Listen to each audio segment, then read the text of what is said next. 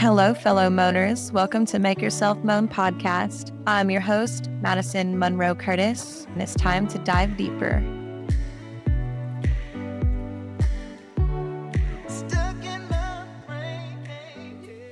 Hello, welcome to Make Yourself Moan podcast. As you can see by the sign I paid a lot of money for, we are here to talk about, well, a lot. First, I'm going to light a candle. If you aren't watching the visual to this whole experience, por qué no? Why not? It's pretty beautiful. Oh, that's hot. That was really hot. Yeah, I mean, I do a whole video podcast for a reason. But you know what? If you're driving, you're working, and you don't want your boss to know that you are listening to this, what is the word? Explicit-ish podcast, I can't fault you there. So enjoy audio, video, orally, eerily, whatever. This is a plant. I don't know what plant this is exactly. How cool does it look? Doesn't have much of a smell. The tag says bromeliad. I hope it lives. Pretty cool though. It will join us today for this episode. I'll put it away from the candle. Hopefully it does not get too hot. If you haven't noticed, I'm wearing trans colors because aren't they cute? Aren't they pretty? And I got this beautiful flag here that really is kind of nice. It's actually kind of hot up in here. I don't know if it's because I've been roaming around. I straightened my hair, which I have probably done less than 50 times in my entire life.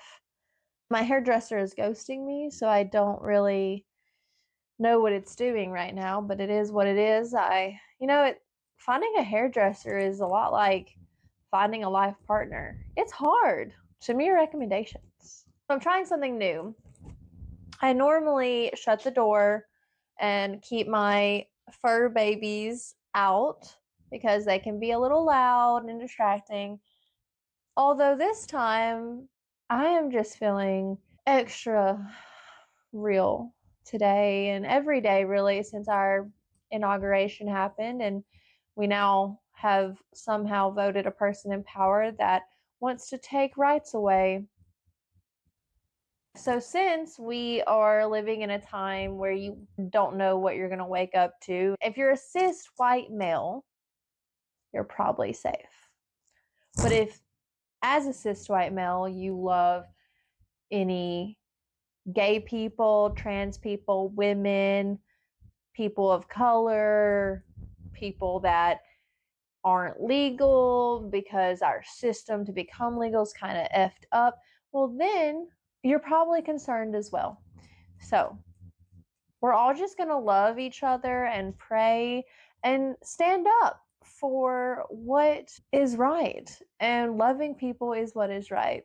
It doesn't matter what you look like, who you love, or if you decided that who you are is different than what you were prescribed at birth. Let's get into it.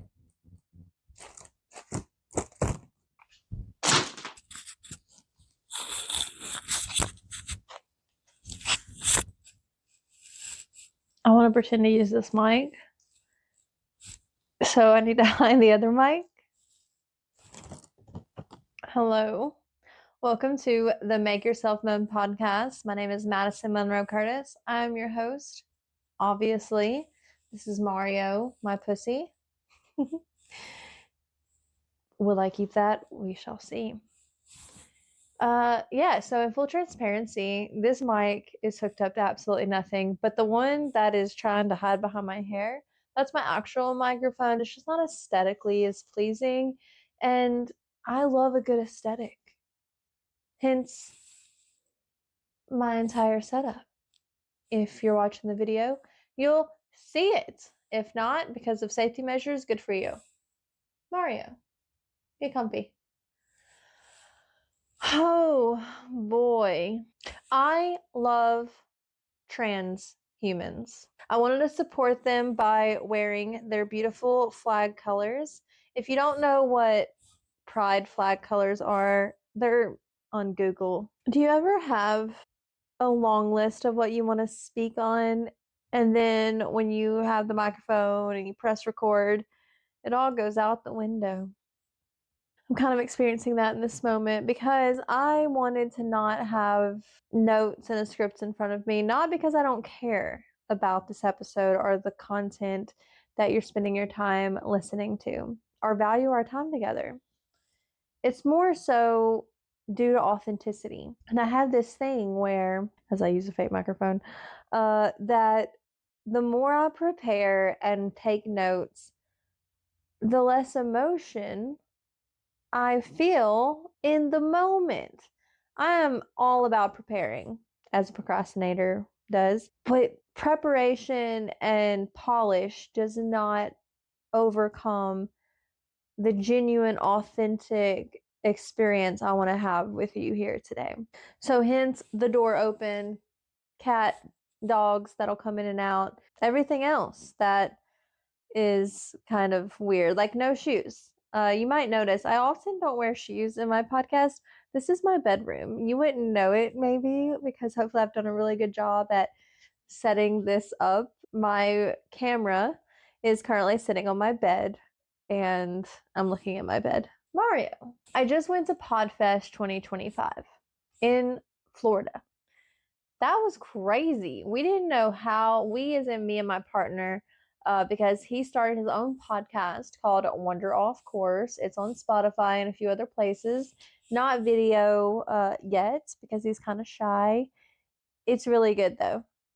So me and him both applied to go to PodFest 2025. Buzzsprout, who we host our podcast through, freaking selected us and paid for our tickets. The tickets are minimum $400 a piece, okay? We would not have been able to even afford one ticket, but because of them, they bought both of our tickets and we just had to pay for our room and gas and food, all that kind of stuff. I have never eaten so many sandwiches. We made our lunch every day to help with the income part of it. I drank at least one energy drink a day. We walked to and from our hotel, which was about a 30 to 35-minute walk. The weather was thankfully beautiful. Yeah, we made it work with our budget, and somehow, some way, we did it. We went, we experienced 4 days of nonstop classes. My brain literally melted, and I had been going so hard. We left, what was it, we left on a Tuesday night because class started Thursday morning. 13-hour drive. I make it 15 minutes down the road. Eli's driving, and I just pass out. I wake up 7.5 hours later. He's still driving, and I thought, hello, thank you for being amazing. Aren't you tired? So we find a Walmart parking lot. We fall asleep for probably 6 to 8 hours. We got a whole night's sleep in the front seat of a car in a Walmart parking lot. We wake up. It's daytime, way later than we had plans. We go inside, we gather a few more supplies because we knew it was the best time that we would be at a Walmart for the entire trip. So we get some sandwich supplies, more energy drinks, gas, all that kind of stuff. The gas was at the gas station in the same parking lot, not in Walmart, obviously. Well, then we go on, and I drive pretty much the rest of the way. And we had so many classes. We met so many great people. I knew a few of them from a PodFest I had gone to 6 years ago when I had my first podcast, Love Your Van Life. And we just had an incredible time. It was the most time we had spent together in a very long time, even in the last 2 weeks since we got back. He's been working nights and I have my full-time day job. Our schedules just don't line up often. So it was really weird to go from spending every day together, 13-hour road trip both ways together, and then come back home and I've seen him a few times. Unfortunately, my podcast has just been on hold, I guess. As soon as we got back, I fell ill. I was so sick. I had headaches. I couldn't sleep, but also had to sleep. I was throwing up. I had a fever, terrible cough. I went to the not hospital. I went to the doctor. They gave me a shot in my butt. They took my blood. Haven't heard back from them, so I'm hoping that's okay. And then I went straight from the illness to a terrible period. We're talking about periods on the podcast. Yes, at a terrible period, vomiting, could not hold myself up in the tub because this pain was so surreal. Diarrhea, it was awful. It was awful. Oof. I hadn't felt like that in a while. Basically, anyone with endometriosis, the symptoms are very similar to that. So it was very bad. And then as soon as I felt better from those two things, at work, my bosses are going to Jamaica. So they were pre-tanning, right? They wanted to tan, get that base tan so they don't burn. I thought I have a membership at a gym that has tanning beds. I'm going to be really cool and just also go tan because they're making it sound really great. And I haven't done that in probably 2 years. 9 minutes later, my entire body was burned to a crisp. I was in so much pain. Up until yesterday, I would sleep like a corpse. My skin hurt. I told my partner not to touch me. We would come home at 6:30 a.m. from working all night, and then I would try to sleep or have to go to work, and just pain. How stupid. I did that to myself. It made me think of when I get really drunk and throw up. We don't have to do that to ourselves. We do. We choose that life on accident. But once again, ever so often, I have to remind myself that tanning beds are bad, or at least don't get burnt, because then it all goes out the window. At any moment, I'm expected to just start peeling. You wouldn't know it because I have so many layers of lotion on my face and the rest of my body. But I wouldn't be surprised if I peel really badly. I hope I don't, because obviously I tanned in the first place, so I'm vain. I wanted to be sexier. Like my boss told me, which I've heard years and years before this, tanned fat is better than pale fat. What? Why do we talk like this? I don't know, but that's how we talk. And I believed it once again. And I'm telling you, it wasn't worth the 3.5 days of just pure pain. Talking about getting in and out of vehicles was terrible. It made me sick. I pooped blood, y'all. That was terrible. Yeah, that's not cute. So I think I cooked my insides or something. So back to PodFest, I learned that, we can use tools like AI to help us with a lot of things, to kind of proof our scripts, to help us organize a workflow chart, to make us sound a little more educated in some ways. We can make a AI doppelganger. I haven't done that yet, but if we just feed it a lot of our own actually us written material, it can learn to speak like we speak, and then it can help us with newsletters, emails when we get our email list together. um, I can't even tell you everything in this moment, but it's a lot. So AI, the importance of video content, whether it's what I'm doing here with you now, or you have a lit up Word format while your podcast is playing. Shorts and reels are important. Sponsors are possible. My tummy is growling. I gotta give it to Buzzsprout. Buzzsprout hosted a open bar and buffet night. The food was incredible. I probably had 3 or 4 bottles of wine just myself. We opened and closed the party. Me, my partner, and the group of people that we befriended that were also awesome and have all their own podcasts I'll have to eventually share with you. We had the best time. It felt like high school when you car surf and you're staying out till 3 a.m. at McDonald's parking lot. Like, why? We were climbing in this little, I call it a sex pod. I hope it's not a sex pod. It was in the lobby of this ginormous, 25-story hotel, and all 10 of us piled into this little cube. This looks like a pregnant symbol. It was a cube thing, and it was really good. Here's the photo. It was a great time. So thank you, Buzzsprout, for being the reason that we got to go to PodFest 2025. If you're at all thinking about a podcast or have a podcast, really look into going next year. I hope to go. Each time has changed my life. 6 years ago when I went, it was the reason I met my partner of 3.5 years today. So thank you, PodFest.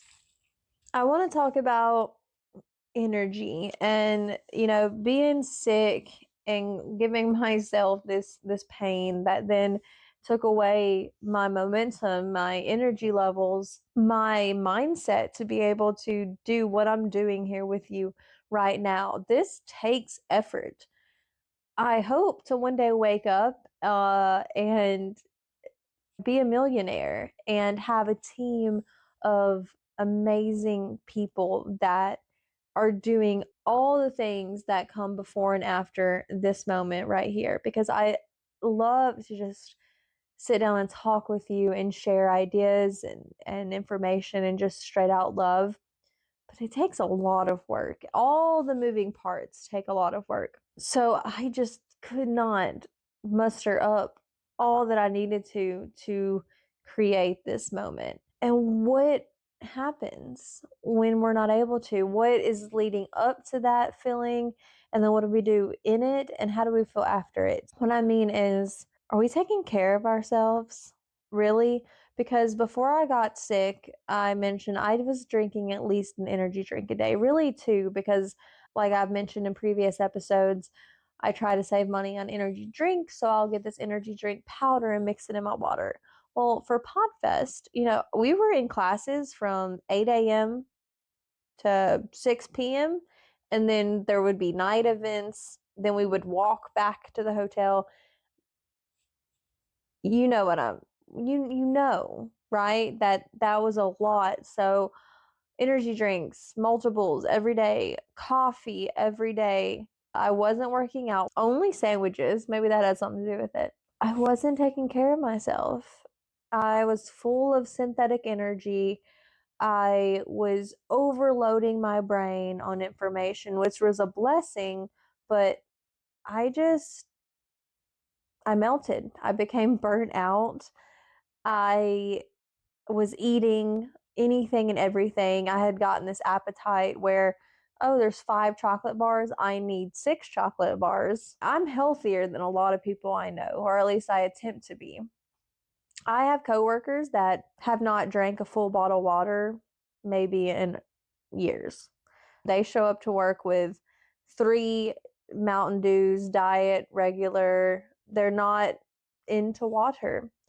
And I'm not hating on them. I'm just using that as an example of, I carry around a ginormous water bottle everywhere I go, and I'll probably go get it before too long. So I'm drinking probably 4 water bottles a day on average, and I really limit my soda intake to 1 to 2 sodas, and that's really only if I'm drinking my Jack and Coke. I do not drink sodas with every meal, and I don't eat fast food more than 2 to 5 times a month, if that. So I am not probably your average American, but I still wasn't taking care of myself. So when I got sick, I was really mad that I had let myself get to that point. And then I was really worried, like all of us, that when you're sick, you wonder, am I ever going to feel like myself again? Am I ever going to feel better again? It's not a guarantee. Our health and us at our best is a gamble. It's a blessing every single day that we're able to wake up, get out of bed, move around, do things for ourselves. That is a blessing, and we take it for granted, and that is what was bugging me. So I'm really grateful to be at a point where I decided I was going to sit down with you and chat about life. And I am consciously working on doing better. So I think I went without coffee and energy drink for the last 2 weeks. I have since drank 1.5 in the last 3 days. I've had coffee 2 different days. I didn't have coffee today. I don't know what that'll look like moving forward. I'm going to continue to be conscious of it and not just be on autopilot and throw all of these obviously unhealthy things into my body and then be surprised when I get sick. I want to get back into working out multiple times a week. I worked out the day that I burnt myself to a crisp, and that was after 2 weeks of being sick. And then I was in too much pain to go back to the gym. Now I feel good enough to go to the gym again. So will I go? I hope so. We'll see. Disclosure that I probably should have said at the beginning. I am not a professional anything, I guess. I mean, I am a professional in areas. I work a full-time job that is bad A. I graduated from college with a bachelor's degree. I am a 32-year-old that has lived a lot of life. I'm on a Netflix documentary. I've been on another TV show, and I have things that I'm proud of. So just to say all that, little brag. I'm not a professional gay. I'm not a professional psychiatrist. I'm not a professional sex teacher. I am a Christian. I love God with all of my heart. God is number one in my life. I'm a cis white female. I love humans. I always want to stand up for what is wrong, for people that are being mistreated. I'm not always going to get it right, but if you want to have a conversation with me, if you strongly disagree with me, that is fine. We can talk about it as long as you're not just being cruel and evil and annoying, you know? I am so proud to be someone that is not afraid to love people. And I am so proud of myself for waking up and wanting to love myself. Because for many years and moments there, I didn't. Whether it was because of my behavior, like gaslighting my first love. I mean, I accidentally gaslit him into thinking I never came. I was 21 before I had sex, just so you know. But I didn't know what orgasming was. I didn't know what it was supposed to feel like. My mom, I love her, but she's never gone to the gynecologist. She's never encouraged me to go. I did not have a support system that taught me what all that was about. So I'm learning still at 32. But yeah, I gaslit my first love who gave me amazing sex. I mean, me and him had great sex. And I didn't know that I was orgasming because I didn't know what it was supposed to feel like. Because vagina havers, tell me, when you come, do you just immediately not want anything else after that for a little bit? Like, you're just done? Are you just like, no, I need a moment? Well, stereotypically, we hear that with guys. I've seen it with guys or penis havers. I've always, where am I going with this? I have had my fair share of experience in getting guys penis havers there.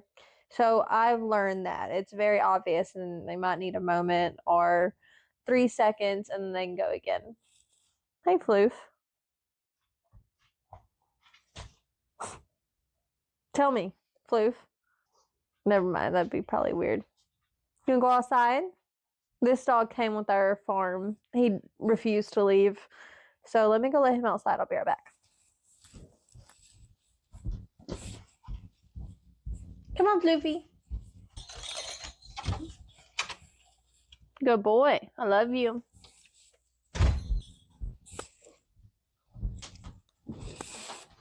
So yeah, I convinced my first love that he never made me come because I didn't know what coming meant as an individual in my own body.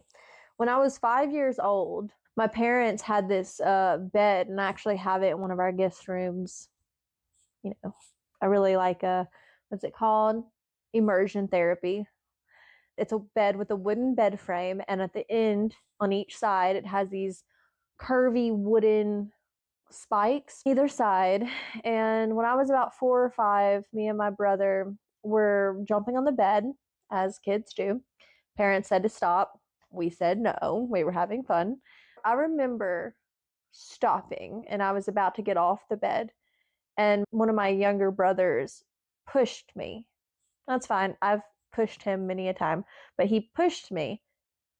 I was mid jump, mid stop, push. Where do I land? I land on the wooden spike. It goes up my vagina. It's probably a foot long. I just remember laying on the ground, asking my dad, who was kind of sitting beside me at the time, saying, "Dad, am I bleeding?" And he's like, "No, no, you're fine." And I look on the front and there's blood everywhere. I wish who I am now, I wish I could have been a fly on the wall. I mean, I was there, but I wish I could have been an adult version of me watching, because I can't imagine what my parents were going through in that moment. But I was like, "You're lying. There's blood everywhere." And so then my mom took me to the hospital and she literally had to stop for gas. She hit every bump and curb you could imagine, from our house to the gas station to the hospital. I was bleeding out, dying, and this was not a great car ride. So I get to the hospital. I remember a lot of it, surprisingly. I remember talking to doctors. I remember them giving me a little stuffed lion. I remember them asking me where my dad and brothers were, because sexual reasons. They wanted to make sure that I hadn't been raped or molested. Had been molested, just probably not that evening. And that's a whole nother story. Well, a few days later, getting out of the hospital, surgeries, they tell me that I might not be able to have children. So I grew up kind of ex- just expecting to not be able to have kids. And that didn't matter for a long time until it did. And I was obligated to not be in relationships with people who knew they wanted to be fathers, especially as someone who dated solely males. And I've never dated a woman. So just a lot of guys want to be dads, and I didn't know if I could give them that. So I always was upfront about it. And when I can afford therapy, I will talk to them about that, and I'm sure there's a lot to learn there about myself. Anyways, I wondered if that experience, that trauma to my body, ever had anything to do with my sexual experiences. I thought maybe because I had a 1.5 foot long wooden object on my vagina at 5 years old, maybe that meant I couldn't orgasm like other people. Maybe I couldn't enjoy sex the way that was normal. And now, just as an adult, sex is different for everybody. The way and feeling of orgasming is similar but also different for everybody. This episode, before I could start it, it took me longer than I wanted, because I didn't need, I wanted to masturbate because I was craving to feel good. And it was probably one of the best masturbating sessions I've ever had. When I was younger and I found my mom's vibrator in her drawer, I called her a whore. I tried to make her feel terrible and small for having a vibrator. Well, now I am in full support of people having the tools they want and should have to give themselves pleasure. There's nothing wrong with that. But I had to learn. I came from a very strong Christian, what is that word? I'm not sure, but my grandma's never talked about a vibrator before. Doubt she ever had one, unfortunately. But my mom did. And instead of just talking to me about it, she hid it. And so when I found it, I didn't know what to think other than, this is of the devil. Well, I am still a Christian. I still love God, and I also love a good vibrator. I'm going to actually link it in my description. It's called the Rose. That's my favorite. Now, but every vagina is different. Find out what you like. Like, call her daddy Alex Cooper, she swears by the electric toothbrush. I have not personally tried the electric toothbrush, but it's kind of on my bucket list because por qué no? Why not? Why not discover those things? And honestly, I like weird things about sex. I was actually trying to discover what turns me on, and I've role played before, but not in the way that I think would really get me. I think some anime role play, maybe like I'm Sailor Moon, you're that professor looking guy in that tuxedo outfit, and we're talking in whatever way they talk. um, yeah, I'm kind of feeling like that is where it's at. I'll let you know when I experience that. But my partner is great. He would probably be open to it for sure. And he has taught me a lot about different vibrators and sexual toys. So I'm forever grateful to him. And if I start crying during sex, he's just like, that's okay. We can stop. I get it. Find you someone who just loves you and trusts you. And a lot of you might have already stopped listening at this point because this is a lot. But as someone who was molested for a while as a little girl, I cry a lot during sex, and it sucks. Speaking of that, so I mentioned that in a previous episode. It was the first time I'd ever publicly on video talked about it. Well, ironically, a week later after I dropped that episode, one of my abusers, my cousin, Nikki, he messaged me on Facebook, and he was just like, blah, blah, blah. I smoke cannabis. I'm in the industry, something, something. Where do you work? And I tried to respond to him. I basically responded, hey, you sexually abused me when I was 5. Uh, I don't want to talk to you. I have nothing to say to you. Do not message me again. But I couldn't send it. He was allowed to send me messages, but I couldn't send him a message, which was so weird. It was like he had me blocked, but what did he do? Block me after he sent the message? I didn't know. So I asked my partner to find him on Facebook, and I screenshotted what I had sent him, and then my partner sent it to him. And then he messages my dad and lets my dad know, because it's my dad's half brother. I don't know why Madison's saying this. It's weird, blah, blah, blah. And so I told my dad, and my dad said, why didn't you ever tell me? I'm like, Dad, I did. When I discovered I had suppressed these memories in college, I let everyone in my family know, especially my parents and my brothers. I let them know. And my dad didn't remember, because sometimes he has a selective memory. But he was there for me, and he was so sorry and was very apologetic that he had let that happen. I'm like, you didn't let it happen. It happened when y'all weren't around, because I didn't know how to describe it, or that it was wrong at the time. I didn't know how to tell you because my parents had failed to give me the tools that I needed to say, hey, my half brother and my cousin are shoving their fingers up my vagina, and they're giving me kissing contests and telling me to choose. I didn't know how to say that as a 5-year-old because I was not taught. If I ever had kids, adopted or naturally, I would at some point from a young age, from experience, say, hey, that is your vagina. That is your penis. No one is allowed to touch that.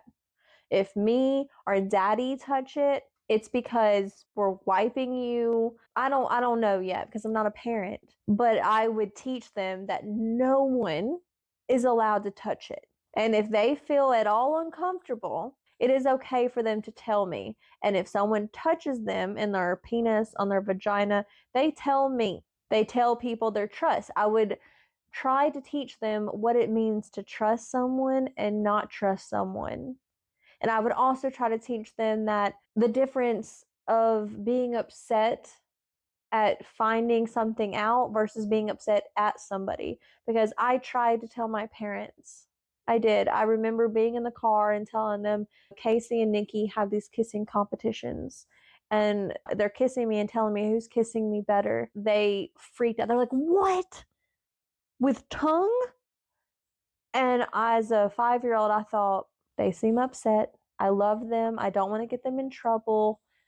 So I said, oh, I'm just kidding, Mom, Dad, I'm kidding. I don't know how many more years abuse happened to me. Just I suppressed it and didn't remember it until I was in a psychology class in college. So shame. I would want to teach my kid the different levels of shame and emotion and just give them the tools to describe what is happening to them in real time. I understand that it is weird and that a lot of kids will hear someone curse or see a video and they'll run around saying something inappropriate. When I was in kindergarten, I flipped a teacher off because some kid told me, don't raise your middle finger up. And I said, why? And so they're like, ask the teacher. And I'm like, teacher, what does this mean? And I almost got expelled. So I get it. You do have to softly go into that territory. But what is more important? Your kid being able to have the words and tools to tell you that they're being molested, or making sure they don't say anything inappropriate in front of somebody that you care about what they think of you. Just do the best you can, but do better. Do better. There's a lot of people like me that have experienced mistreatment that have now spoken out at what we wish we had at the time and how we think it would have gone differently. That very often comes down to the words that we have in our vocabulary and what our parents or loved ones are telling us. And that's that this is this, that is that, and this is not okay. Let me know if anything like that ever happens. Mic drop. It's a weird thing to change into. Do I want to change into it right now? All right. Do you see my bobblehead over there? It's not a bobblehead. It's a pop head. I don't know what those are called.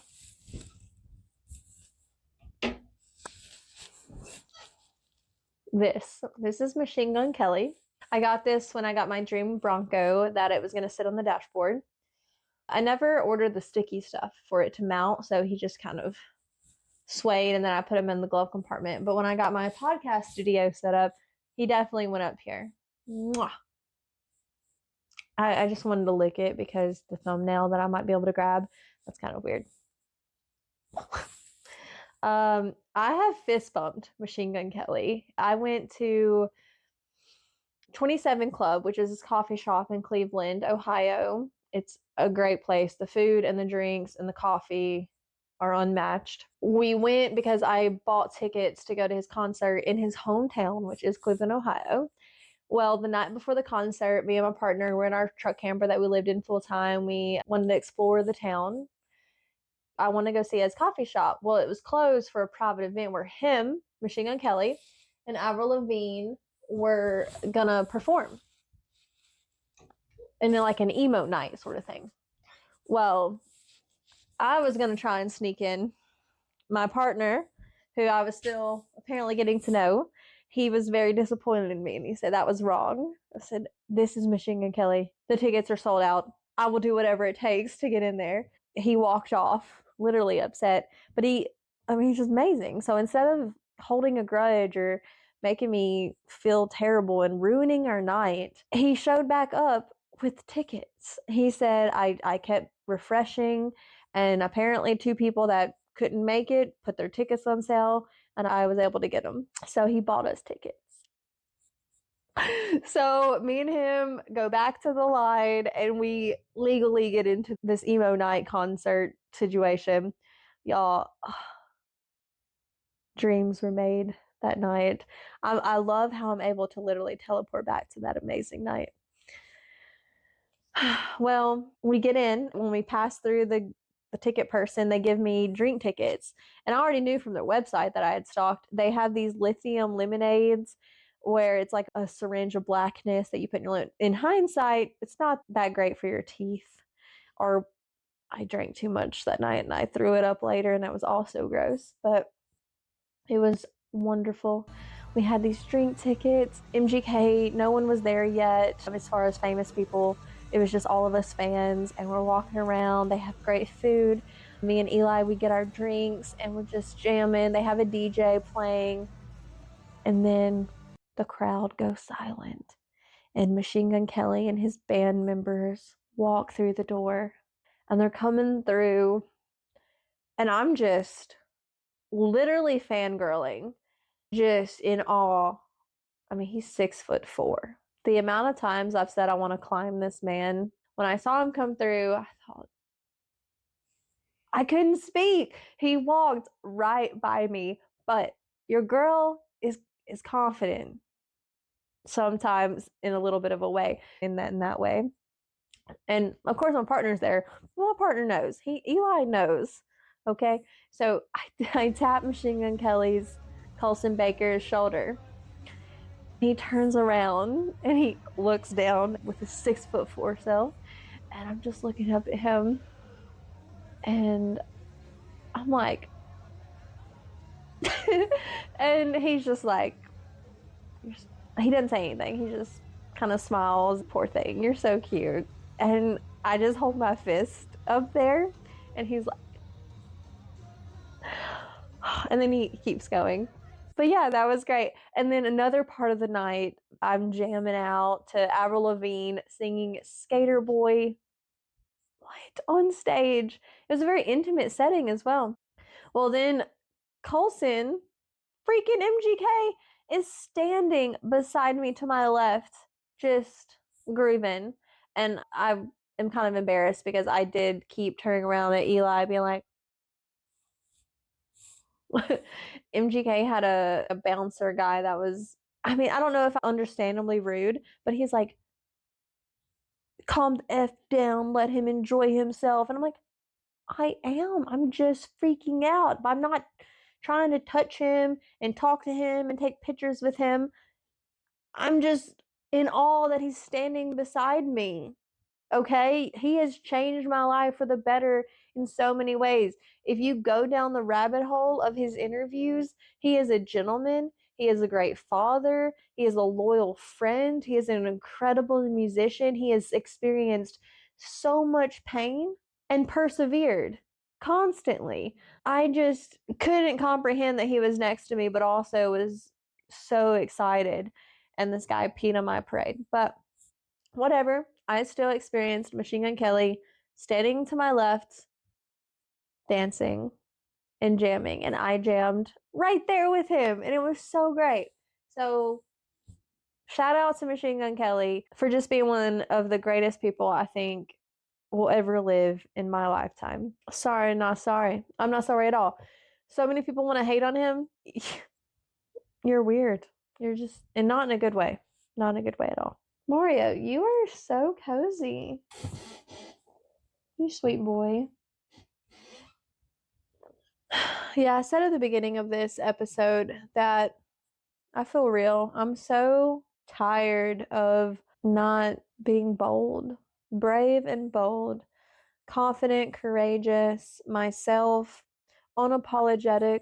I know that there are going to be times I say and do things where apologies and a deeper explanation is needed.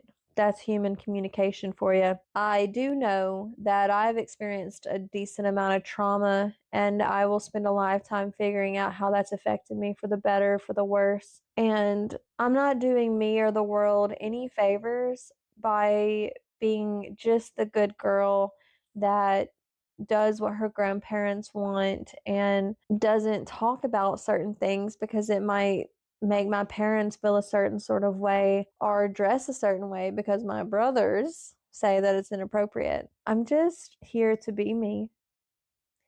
And I want to encourage every one of you to show up and be you. It's okay that that looks different from Monday to Tuesday because you may be figuring it out. But I hope when you wake up and go to sleep that you remind yourselves to not look at your phone right away. Instead of trying to intake the world in seconds, don't do that yet. Just take in you, take in your thoughts, and remind yourself that you can be and do whatever it is you want to do today. Be your best version of your best self today. Go at your pace. Give yourself grace. Understand that if you're sick or recovering or going through a depression or heartbroken or have attempted to put too much on your plate, just take a step back and go at it with a conscious understanding that you can only do so much. And while you can't just become appearance wise or mentally who you want to be in a moment, you can take steps to go after that version of yourself. People are always going to line up to tell you what you're doing wrong and how you can be better and how they want you to be. And if you were just this or did that or looked this way, you would be this ideal of perfection. Perfect doesn't exist, and you don't need to be anybody's version of rainbow, which is what I call as close as perfection as you can get. You don't need to be anybody's version of rainbow but yourself. For me, I love God and I follow God, so I'm always asking myself, am I living a godly life? Is what God knows of me, because He knows the words before we say them, He knows our thoughts before we think them, is what I am coming to God as consciously in line with what I am doing day to day consciously. And I know God loves me. He loves me in fishnets. He loves me loving gay people and trans people. I'm not here to tell you why or how I know that, other than our relationships with God is a one-to-one relationship. Have you spoken to God lately?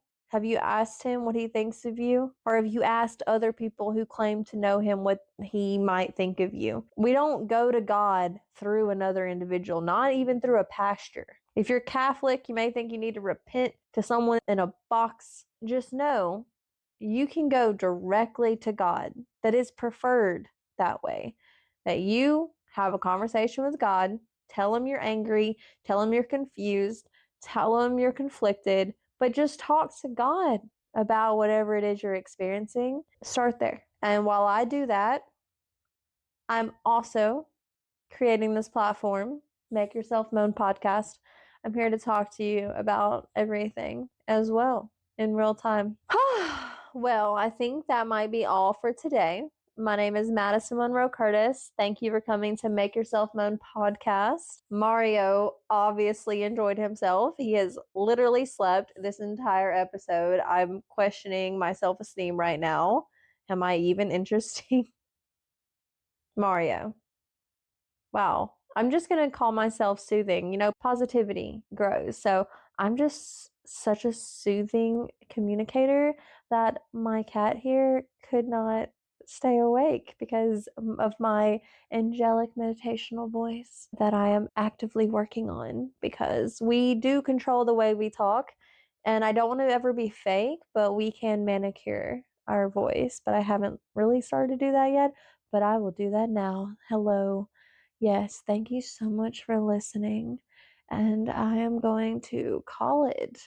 I love you. Thanks for listening. I hope I made you uncomfortable, because guess what? If you haven't heard it before, when you're uncomfortable, you're growing. Mwah. Bye for now. Thank you for tuning in to Make Yourself Moan. Remember, self-love and raw truth are your power. So keep diving deeper and turning up the volume on truth and healing. Until next time, I'm Madison Monroe Curtis, sending you love and loud moans of confidence. If you feel led to, please follow me, like, subscribe on all those socials. I'd love it if you send or email me any and all topics on your heart and brain, and let's unravel those together. Until next time, just keep moaning. Hello, Mario. You want my fan, don't you? Okay, that's good. I won't fan you anymore. Cheers, Mario. Are you ready to get into Make Yourself Moan? Ah. Are you my guest today? Welcome. I need to stop doing that. This is just too fun.